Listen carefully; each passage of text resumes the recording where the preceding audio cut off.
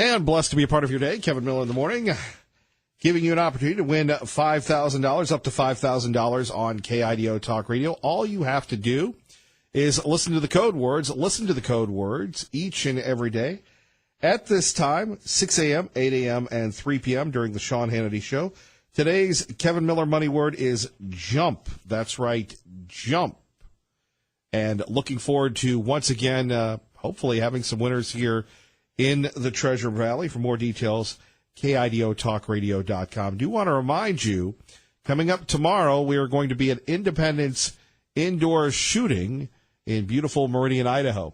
And coming up, we will have our guest, Matthew Hennessy. He'll join us 0 hour for Gen X and talk a little with him concerning what the national view of the Kavanaugh experience. Gen Xers were around during the Clarence Thomas issue. When that happened, they were young and impressionable. We'll talk to him about that. Matthew, please stand by. We're going to get to you in 2 seconds. But first, we do have to get to Conservative Steve, who was very gracious to wait so long. Good morning, sir. Hey, how you doing, Kevin? Great. Oh, great, man. Keep up the good work. We will prevail. You know, the bottom line is, and, you know, I know that Sessions is your buddy, but, boy, I tell you what, somebody's got something on that guy. I'm not quite sure if he's got some Roy Moore issue going on or something, because that seems to be the trait now. You know, these old white guys right now are running scared, walking on eggshells, you know, because all somebody's got to do is, you know, some gal in grade school or elementary school or something now come forward 50 years later, and you're in trouble. I don't know what's going on. I do know that Savage had mentioned something that he thought that Hillary Clinton, she didn't lose any emails. She got so much on everybody, Republicans as well. You know, I go down, you guys go down with me. Remember that. So I don't know, man, but something's fishy in Denmark with Sessions. I'm not sure. It's pretty spooky. So I hope it all works out. But at the end of the day, Kavanaugh will prevail. Savage also said before this is over, the Democrats will throw some gal forward here before Thursday that she's a secret Russian agent, that the lover of Kavanaugh's has been his lover for years, and she's one of the ones that peed on the Obama bed and everything else before it's over. And I wouldn't doubt it. So it's just really how sketchy it is today. And I believe that all parents, especially young moms, boy, you better be really concerned if you got young boys in your family right now with what's going on, that they can be accusations on your own son in 20 years that aren't true. And then you see how you feel about it. So keep on doing what you're doing. You get Trump here, I'll be there, my friend, and bring lots of friends with me. I'll guarantee you that. We're working on it, Conservative Steve. Thank you. Good work. Thank you. All right, coming up, George, Pro-Life, and Max. First, best-selling author Matthew Hennessy joining us once again. Matthew, good to have you back. It's good to be back, Kevin. How are you? Not bad. So you've studied Generation X. We've had you on before talking about our generation, the forgotten ones. In fact, The Ringer did a big story, the battle between millennials and boomers, and I'm going, hey, what about Gen Xers? Yeah, well, a couple of big stories in the news right now that are kind of sucking up all the oxygen, and they do feature members of Generation X pretty prominently. I think that for most of us growing up in that era without the Internet promising to save and distribute every single thing we ever did or said or thought or maybe put in our yearbook, it's a pretty disturbing concept now to imagine that all these digital historians are going to go back through every piece of paper that you left behind and see if they can't figure out a way to destroy your life or destroy your career. So that's a shocking thing. I think most Gen Xers are sort of reckoning with it now. Standards change. Obviously, the world changes from decade to decade, but the Internet makes it possible for us to reach back in time. It's like a time machine. You can reach back and you can drag something forward and splash it all over the headlines. So I think Gen Xers are some obviously will be jubilant at the prospect here, but I think those people are not considering the possibility that the standard will one day be applied to them. 0 hour for Gen X. Matthew Hennessy with us. Kevin Miller in the morning. KIDO Talk Radio. You know, one of the, I think, big moments of our childhood, of course, we had 3 channels, maybe some cable, and, you know, MTV was our internet, if you will, was the Clarence Thomas hearings. Is that all over again? Maybe not exactly, but does that remind you of what's going on with Judge Kavanaugh? What happened to Judge Thomas? Yeah, it's obviously very similar. It's a similar tactics. I mean, there are some really important differences this go around in terms of, the numbers, just how many votes are available in the Kavanaugh case. It's so close and it's such a tight squeeze that if one or two Republican senators peels off, then the nomination will go down. And so the strategy obviously is very different. All they have to do is really sort of convince one or two of these people to change their mind, and the whole thing goes up in flames. Now, what's the guy going to do? He's going to go back to being a judge on the federal bench? Probably, but his whole life has been ruined. The guy's got kids. The guy's got young girls. He's a basketball coach. He's got a life. But it seems to be the case that none of that matters in the great political game of the Supreme Court. Now, I rewatched Justice Thomas's famous speech this morning, in which he said he was the victim of a high-tech lynching. Now, obviously, Kavanaugh went on TV last night and tried to defend his reputation, tried to clear his name, and obviously said all of this stuff was not true. It's all a smear. But it's not clear to me that he can talk his way out of it. I think it was such a shocking thing in 1992 that those kinds of allegations would be made public, and they were really sort of grotesque for the time, the things that were being said about Clarence Thomas. What we have now is stuff that seems rather tame by comparison. The allegations, depending on whether you're inclined to believe everything that the accusers say or whether you suspect that time and memory has distorted it all, are not nearly as sort of adult in their character, if you follow what I'm saying. So I'm not sure that this is exactly the same, but it certainly has echoes. It does. Matthew, why is Generation X important? We have, again, you and I grew up in the shadow of the boomers, and then we have the millennials, that it's really all about them, so big that we have to adjust our behavior to influence them, which has never happened before in American history. Yeah, well, Generation X is important because we are the last generation of Americans to remember what life was like before the Internet came along. I feel like the baby boomers have sort of thrown their hands up in the air and said, okay, well, we don't really understand what life online is like. We don't understand what Airbnb and Uber and all these major disruptions are. We don't understand what Google is doing with our data. We don't understand why we're getting commercials targeted to us. How do they know what I searched for? And I think that obviously you have some baby boomers who understand it very well, but for the vast majority of them have decided, well, this is the future and it's not for us, so we don't really understand what's going on. We're just going to accept it pretty uncritically.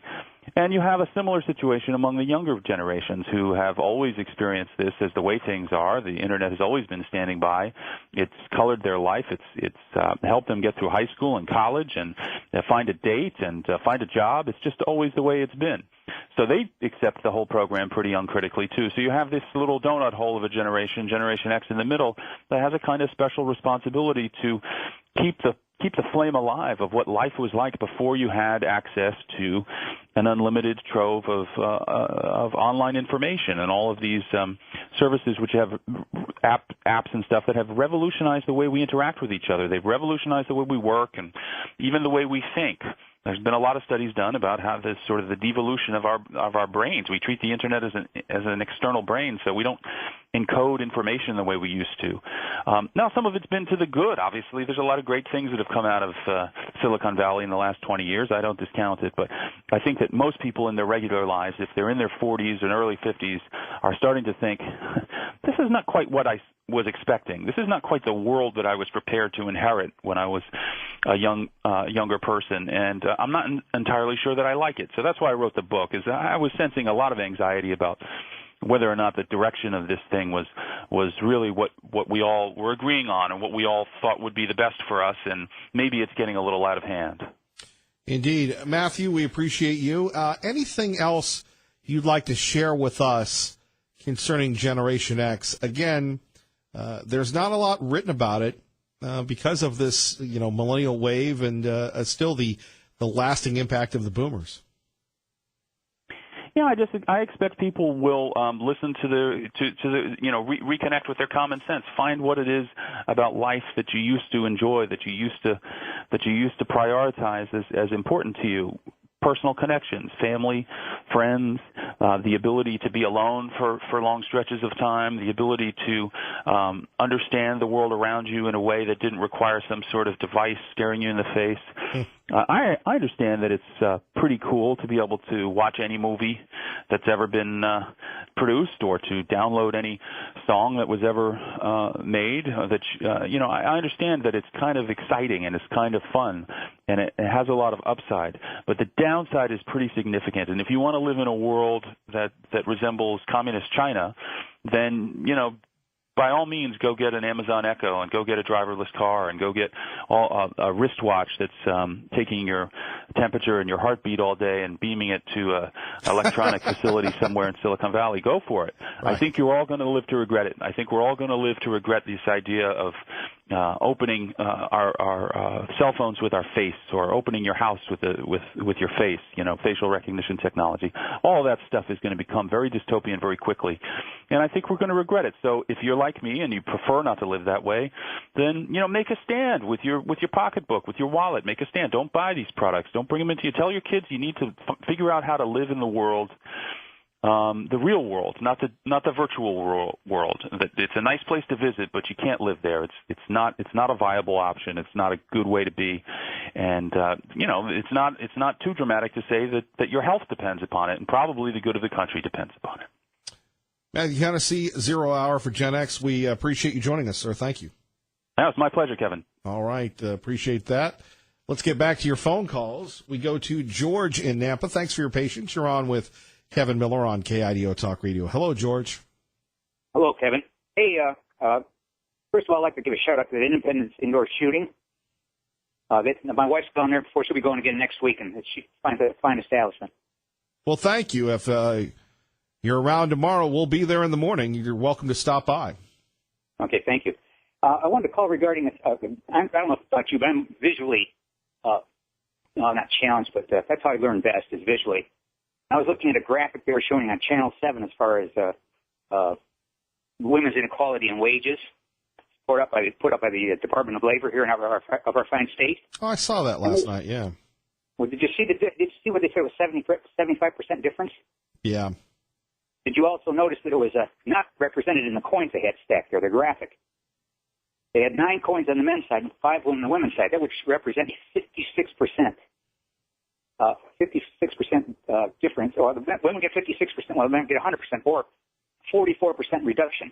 And they're talking all along as 25%. If they had wanted to be realistic in their depiction of the quarters, they would have had 6 on the right for the female and 8 on the left for the male. But instead, they added 2 more, or added 1 more to the male and took one away from the female. That's just like, you guys are trying to foment hate or something here? What's going on? I mean, I understand that there's a difference. And besides that, you can't compare this as being an apples-to-apples situation, because the situation of a lot of women going to work is a lot different than a lot of men going to work. It's a totally inaccurate depiction as far as I'm concerned. And I can't believe our Department of Labor would put out such a graphic and just notice it's just 20% vehemently wrong. Well, I would agree with you. There's not a lot of critical thinking in the media these days, unfortunately. Absolutely. You're absolutely correct in that. It seems to me like all they're trying to do is foment more and more hate.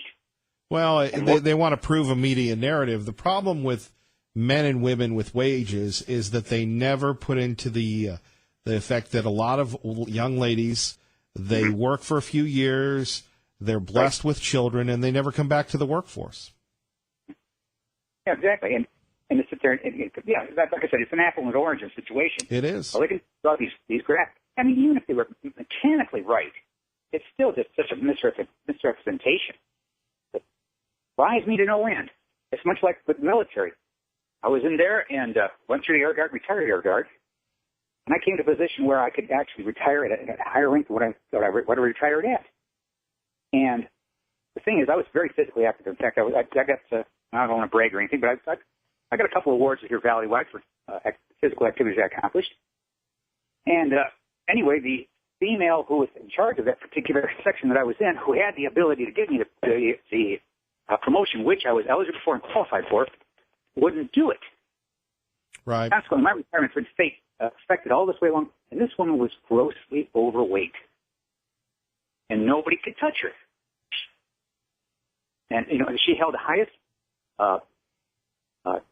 NCO rank that you could have in the military, and nobody could touch her. And I was like, well, where's the fairness in this? If somebody's going to shout on one side, I need to shout on the other, which is to say, it isn't fair on either end. I gave them the work, I had the qualifications, but I wasn't promoted because she just couldn't be bothered. Well, and my dad sent me this, and I need to pick it up again. There's a lot of, these new female generals in the military. They make fun of the males for going to Pathfinder school. And there's a lot of, thanks to Obama, brought all these folks up, not saying all of them, but there's a significant anti-male bias. And look, we see it in the Senate right now. I mean, George, we see it right now with Kavanaugh. Yeah. It's exactly. the She-Male Women's Haters Club. They're all, and look, we love women. We respect women, but there are some that just haven't. When you have a U.S. senator saying men should just shut up, where's the civility there? If you don't have yourself emasculated, you can't say anything. George, we're full of good news this morning. Thank you for the call, sir. Thank you. Have a good one. You too. Pro-Life joins us now on KIDO Talk Radio with Kevin Miller in the morning. Good morning, sir. Yeah, hi.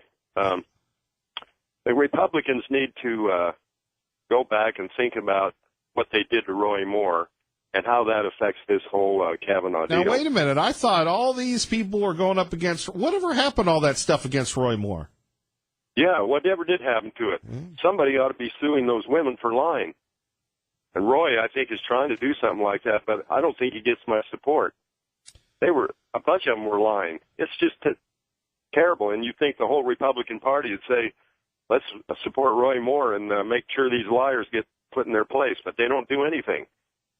And but anyway, Doug Jones, a Democrat, is the senator from Alabama. Look, I know Doug Jones personally. Doug Jones and I have gone toe-to-toe. I remember Doug Jones when he was a U.S. attorney. He's a lib. The good news about Doug Jones is he won't be a senator for long once they have that election. Nobody likes him. Right. And, President Trump and Mitch McConnell, they supported Luther Strange. Right. And they should have supported the... But Luther's going to come back and probably win that from Doug Jones. Yeah, he might. Yeah. But anyway, this is... See, now the Republicans are short. One senator they should have. They should have that Alabama seat. You're exactly right. And people need to get on Mitch McConnell and President Trump for supporting. They should have supported Roy Moore when it was between him and Doug Jones, and they didn't do it. And in fact, I like Roy Moore so much. If I was the president of the United States, I'd ask Roy Moore to be my nominee for the Supreme Court.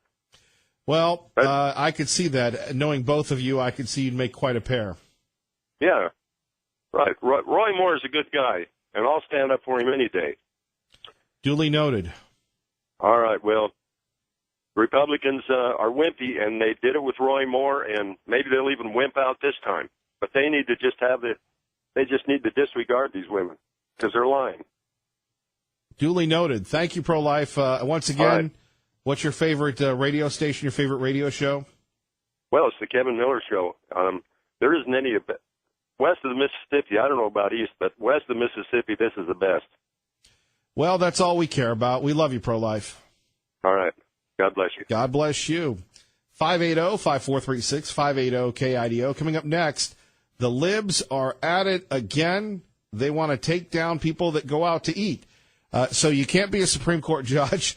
Now you can't go out to dinner. Plus, if you missed Martha McCallum's interview last night with Brett Kavanaugh, you'll hear it right here. Remember, when you hear Fox News you're listening to the home of Fox News, 107.5 FM, 580 AM, KIDO Talk Radio. Kevin Miller in the morning, KIDO Talk Radio. We still haven't gotten to Rod Rosenstein. Let's face it, you cross the president, you cross the boss, you should be given the boot. More on that in a minute. I was very blessed. We were all very blessed. Went to D.C. a few weeks ago, and one of the nights, Lars Larson's referred to it, where we went out to dinner, and there's this place across from Capitol Hill called Charlie Palmer's, one of these big restaurants, a very fancy schwank place. So I'm sitting there trying not to spill something on my shirt, which I do wherever I go. I don't know if you can relate. Why not bring back the bib? But anyway, so last night, and Ray and Mai, you'll have to guard me on this. I've listened to it a few times. I don't think there's any profanity, but if it is, we'll have to knock it out. So Ted Cruz and his wife are out having a dinner, and all of a sudden, the zany, wacky, liberal protesters start attacking. So Cruz gets up from his dinner and leaves. This is what could be coming to the Treasure Valley.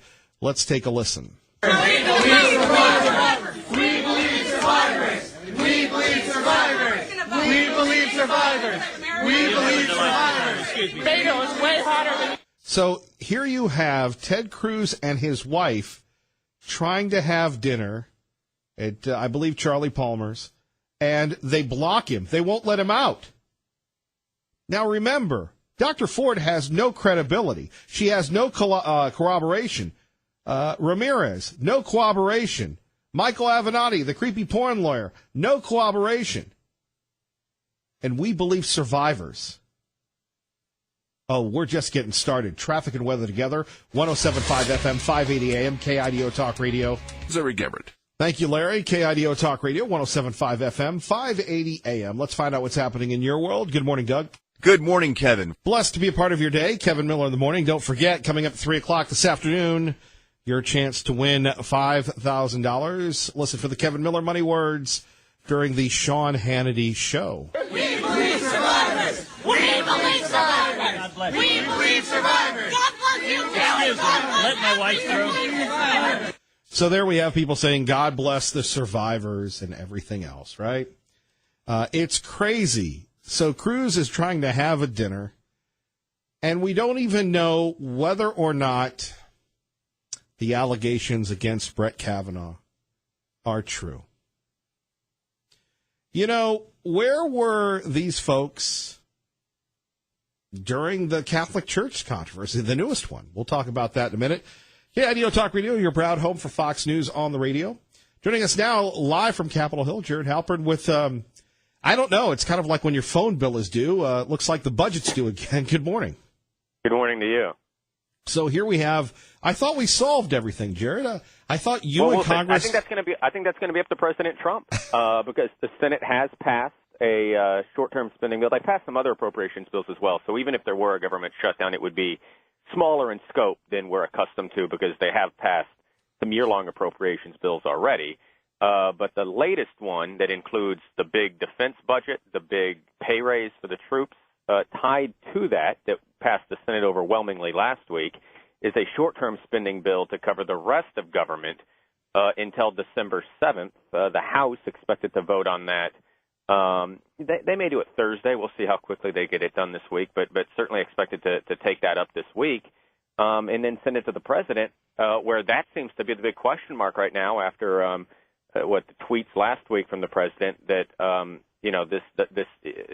his frustration that this does not include border wall funding. Now, Republican leaders here on the Hill had believed that they had successfully convinced the president that it was best to take that up after the midterm elections and that everybody was on board, and that's why the House and Senate got together, put this spending plan together. That's why it got the more than 90 votes that it got in the Senate, and what we were expecting was going to be a pretty bipartisan vote in the House. We'll see how that vote turns out, but it really reminds everybody here on the Hill about last year when the president, or earlier this year, I should say, when they passed the spending bill right on the edge of a government shutdown, got that done. They thought with the blessing of the White House, and then a couple of hours before the president had a big signing ceremony, suggested he might veto it, and sort of threw all of the plans into an uncertain state. The president ended up signing that, but said he was never going to sign a $1.3 trillion omnibus bill ever again. And so Congress sort of avoided doing that. They broke it up this time and went through the process. And like I said, some spending bills have been passed and signed by the president to fully fund government, but others haven't, and so that's the state of play. We didn't think there was going to be much drama, but I guess we'll see how the president responds when he is expected to get this package later this week. Well, to be continued. It's all about the border wall, it seems. It is, and sort of how quickly that happens, and that's always been the big part of this issue is Republicans have sort of, the president has suggested this should be part of the appropriations package, and let's handle it that way, and Democrats want to handle border wall funding in a broader immigration context. So let's bring up DACA, let's bring up some of these immigration proposals that are run the gambit of Republicans and conservatives and Democrats and progressives, and see if we can get together a big bill that includes, border wall funding in exchange for something else. And we'll see where this fight plays out. Again, if the president signs this package, government's funded then until December 7th, gets everybody through the midterm elections. Now, I don't know the likelihood of something big like a border wall getting taken care of in a lame duck session. Remember, December 7th is the lame duck. So it will be the same Congress that we have right now, but an awful lot of those guys, either through retirements or we'll see what the election results look like, may be looking for other gigs as well, because the new Congress would come in on January 3rd, and sometimes getting big things done is easier in a lame duck. Sometimes it's much harder, depending on I guess we'll see what the outcome of the midterm elections look like. It's all up to the midterms. Jared, we appreciate you. Thank you, sir. Sure thing. Jared Halpern joining us, Fox News Radio, KIDO Talk Radio. So here we have poor Ted Cruz hanging out. We believe survivors. We survivors. We survivors. We believe survivors. We believe survivors. We believe survivors. We believe survivors. By the way, I want to thank our friend Phil Hardy from Strategies 360 for correcting me. It was a place called Viola, not Charlie Palmer's in Washington, D.C. All of you keeping track at home. So some big issues we're going to talk about. By the way, we're going to talk to our old friend Larry Gebert. He's back. Can't wait to hear what he has to say. We're going to talk about the exciting fall forecast. And, of course, such a treasure to have Larry here in the Treasure Valley, a gentleman that gives so much. In my own opinion, I don't think that that we really get Larry's contribution by always going out, bringing the camera, setting it up himself. He gets a lot of attention, much-needed attention, for those folks that do the nonprofit work. So a salute to Larry Gebert coming up. Maybe we should do that. That I actually like that idea. We could do a Larry Gebert night here on the Miller Show. Isn't it a morning show? Oh, who cares? Phone numbers 580-5436, 580-KIDO. This is some of the most ridiculous things going on in the media when we're talking about the immigration shutdown. We'll also take more of your calls on Judge Kavanaugh. Remember, we had it, Fox News, our great friends, Martha McCallum, having that interview, scoring it with Judge Kavanaugh. And when you hear Fox News on the radio in the Treasure Valley, you're listening to KIDO Talk Radio. It is getting crazier and crazier when you think of the media. And our old East German equipment here, it's been struggling. We've cajoled it. We've popped it a few more in the morning. And we'll see whether or not we can get this thing to play through. But last night, Martha McCallum was asking Brett Kavanaugh every question imaginable. So, by the way, we've got mob rule where Republicans cannot go to restaurants. We have unsubstantiated allegations made against a Supreme Court nominee just because he happens to be a man, white, and Republican. This is an allegation of misconduct which all four supposed witnesses either flatly contradict or are unable to back up. Exactly. Mitch McConnell coming up saying it's time to roll and dismissing the New Yorker story, dismissing everything else. We're going to get to that. His ears must have been burning because I just was going over how much our great friend Larry Gebert means to us in the community. I don't really think that we understand or appreciate just his charitable work and hauling the equipment around, getting things up. As I've said before, we couldn't help the folks at the Boise Rescue Mission with Miller's Mission without him. We've missed you. You're glad you're back. And if I was there, I would give you a big hug. Good morning, Larry. Well, good morning, Kevin. Thank you for that warm welcome. It's great. Good to be back. Thank you. Yeah, it's always good to get away and rest. So, Larry, let's talk about the fall forecast. What do we have to look forward to, sir? Well, actually, it looks like it's going to be one of those years that is going to be kind of right on the edge. We don't have a real strong El Nino or La Nina out there. What we're going to be looking at is a relatively weak kind of a blocking pattern. But we will be a little more of an El Nino once again, which ultimately means that we're right kind of, we sit in a very unique spot geographically because we're right at the edge of what happens. So right now, the best forecast that we're looking at out there looks as though we will be just maybe a little bit above normal for temperatures and will be just about normal for precipitation. Now, kind of important to note that not last year, but 2 years ago, that's the exact same thing that we said at this time, and we ended up with the snowpocalypse that everybody still remembers and still, knows what happened during that time, and that's because there was just a slight shift in the jet stream, and because of that little bit of a difference, we ended up right in the pattern of that moisture, and that's when we ended up with all that snow, which everybody remembers, the 3-4 feet of snow that ended up after they shoveled their walks so many times, how much snow ended up piled up in their yards, and they weren't sure if it was ever going to melt out. Yeah, I got 2 words for it, roof rake. Yeah, exactly. You're right about that, and that was one of the things that I think a lot of people hadn't really thought about. People were inventing things like that. Mm-hmm. Everybody started taking a look at their roof. They started taking a look at their shingles and deciding, boy, do I really have the protection that I need, things like that. However, once again, that could have shifted and gone kind of either way. And so what we expect again this year is that it should be very similar to what we had last year. We might be just slightly cooler than some of the temperatures that we had, but it looks like the moisture should be about normal, which would be good because we didn't really have, especially this year has been a really dry year. In fact, September itself is going to end up closing out as the third driest September in history. And the only reason it's not the driest is because on September 15th, we had a trace of precipitation. Sure. There have been some years in September that we had no precipitation at all. So that's what would constitute the driest. So we're just the third driest based on the small amount of moisture that we did pick up on the 15th. But it's been a very dry summer as well. Although interesting to note that when we look at the water year, which ends on September 30th, we're not that far off from that. We're down by a little bit, by close to maybe about an inch. Now, that's a big deal in a place that only gets 12 inches total per year, but it's not as bad as it's been some years. But the difference is that all of that came early in the spring.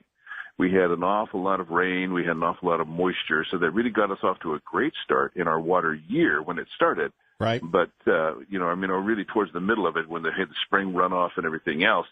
But so that sometimes those numbers are not necessarily comparable year to year. That's why we oftentimes look at each month and how dry one of those months may have been. And we did have a really dry summer. Our great friend Larry Gebert joining us from Channel 7 with Kevin Miller here on KIDO Talk Radio. Okay, the big question, Larry, and we'll let you go on this one, but you give so much to the community, and I think we just always assume, well, we can get Larry to do it. Why do you do that so much? I mean, it really doesn't have a lot to do with the weather, but you're always, helping out the nonprofits in our communary. There's not another Larry Gebert in the country, and I'm so happy to have you here, sir. Kevin, that's so generous. There are a lot of people who do an awful lot of things. Even here at Channel 7, our mission, our main mission here really is to be a community leader and to be a part of that, and I take that very seriously. And also, if you remember the old story, the reason I even got into broadcasting to begin with is because I went to a radio station to see if they would sponsor an event for us to raise money for a charitable organization. And as I was talking, the program director said he really liked my voice and offered me a job with the phrase that, if you worked here, you could promote this even more. And I guess that somehow changed my life. And, and when you look and you read what the FCC, what was first written by our lawmakers when the FCC was first enacted way back when radio first came into being, because it was going to be public airwaves, that each community will have access, to over-the-air broadcast, which meant radio at the time, and those stations will be licensed to serve the public need. That's the very first thing that was ever written about broadcasting, was to serve the public need. And so, I think as long as you and I and, because look at all the things that you do in the community. Look what you do for the rescue mission. Look at all those things that you do as well. I know you take that as seriously as I do, about what that means to really meet the public need and to really help take care of things in the community. There's assessments that we look at all the time. Where are those needs? What can we do? I mean, news reporting is a part of that. Your show and what you talk about raises those issues and lets folks have a voice to kind of talk about that, but that's what we do because, when it comes to print journalism, people can start, newspapers, they can start magazines, they can start, online, you can have blogs, things like that. There's no restrictions. There's restrictions on the airwaves, and that's why we are there to serve the public need. Well, you do, Larry. I'm just, I kept saying that you're going to love this. I get so used to saying good morning, Larry. I said it like 75 times when Jim was here. We love Jim, but when I'd say good morning, Larry, it was still Jim. Well, and I appreciate Jim filling in for me when I needed to take some time away. So I do appreciate that. Yeah, I'm with you, but you just get into that routine. So yeah, no, and it is. You do get into that, and we, I think especially those of us who say things multiple times every day that are similar, you do kind of fall into some of those routines, and it's easy to do that because you and I and a lot of people in this business have a lot of things on your mind at the same time. So those little format type things. Right. That you go through just come out automatically without really thinking about what should I be saying. I'm with you, and that's where you can do the cycle funnel to the high pressure to exactly. Yeah, sure. Well, the 7-day forecast. How many times do I say that? Right. That just rolls out there. It does. So it would, yeah. So half the time, I walk up to somebody and they go, "Hey, how's it going?" They go, "Yeah, you're actually." When my children were little and I would read to them, right. Seriously, I would be kind of tired. And I'd be saying, I do not like them in a house. I do not like them with a mouse. I do not like green eggs and ham. But the 7-day forecast shows we'll be seeing a warming trend. I would do that. And they'd go, "What? That's not in the book, Dad." Exactly. Well, again, Larry, great to have you back on the show on Channel 7, and look forward to seeing you on the trail, sir. Yeah, and we'll be seeing you very soon, I believe. We're going to be talking about that Miller's Mission very soon again. So yes. We'll see you for that one. I'm a little scared because you really kind of look forward to seeing me in that turkey outfit. Well, it's I don't know. It's just a tradition, Kevin. It's one of those traditional things that you just feel like your year is not complete.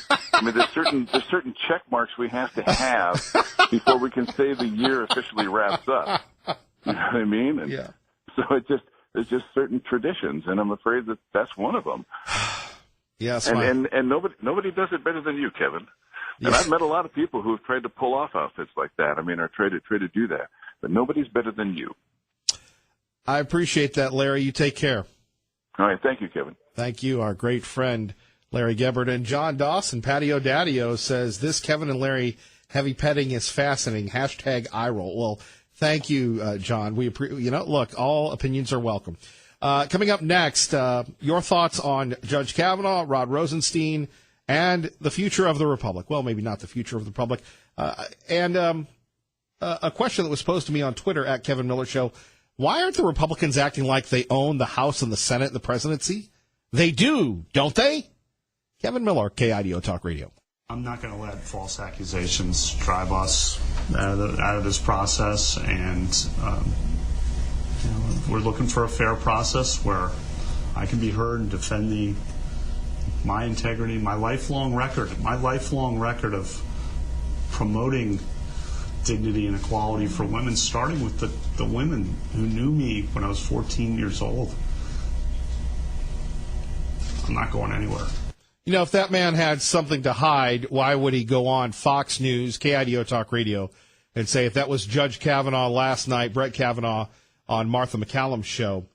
And Ray Amaya, maybe we should look at this for tomorrow, maybe some Kavanaugh clips with that song, Real American, the old Hulk Hogan theme song. I just think that's where we are. And if you haven't heard that song, it just talks about fighting for what we believe in. And thankfully in America today, we don't have to go to the streets. Maybe you're like me sometimes and you get bored and watch the Hitler Channel. Well, it's not really the Hitler Channel. It's the History Channel or whatever channel, right? And they're always talking about Hitler and going to the streets and the unrest in the early part of last century, right? The Bolsheviks, the communists, the socialists. Hey, everybody, they're back. The socialist mob rule. Fortunately, in America, there is no such thing as, well, there is if you're a Republican and you want to go to a nice restaurant. That's why I think we're great here. That doesn't happen here in Idaho. If you do, you call Chief Bones and they're out. But at 580-5436, 580-KIDO, Brett Kavanaugh laid it on the mat last night. Where's the credibility of his accusers? They simply don't have any. As Mitch McConnell said, This is an allegation of misconduct which all four supposed witnesses either flatly contradict or are unable to back up. I never told a soul for 10 years, and even then, it was only my mom. Please don't put someone like my abuser on the Supreme Court. It's not worth the risk. Women deserve better. right. That is accuser number 2. Of course, she says that allegedly Kavanaugh exposed himself to her when they both were so drunk they can't remember anything, but it was traumatizing to her. And again, to all victims of abuse, real abuse, we pray for you. But destroying a man's reputation because he rightfully has got nominated to the Supreme Court, don't these folks have to live with themselves? Feinstein, Schumer, the usual suspects. Hold that thought. Traffic and weather together, KIDO Talk Radio. And Lee Joe in Boise will take us home. Lee Joy, good morning. You're on KIDO Talk Radio. Good morning, Kevin. I'm just saying that Dianne Feinstein impeded the work of the Senate by releasing this bombshell 2 months after she had the information, and that she should be impeached for impeding the business of the Senate. And furthermore, I really do hope that we get all these accusers testifying in public, because it will be such a backfire and a backlash against the Democrat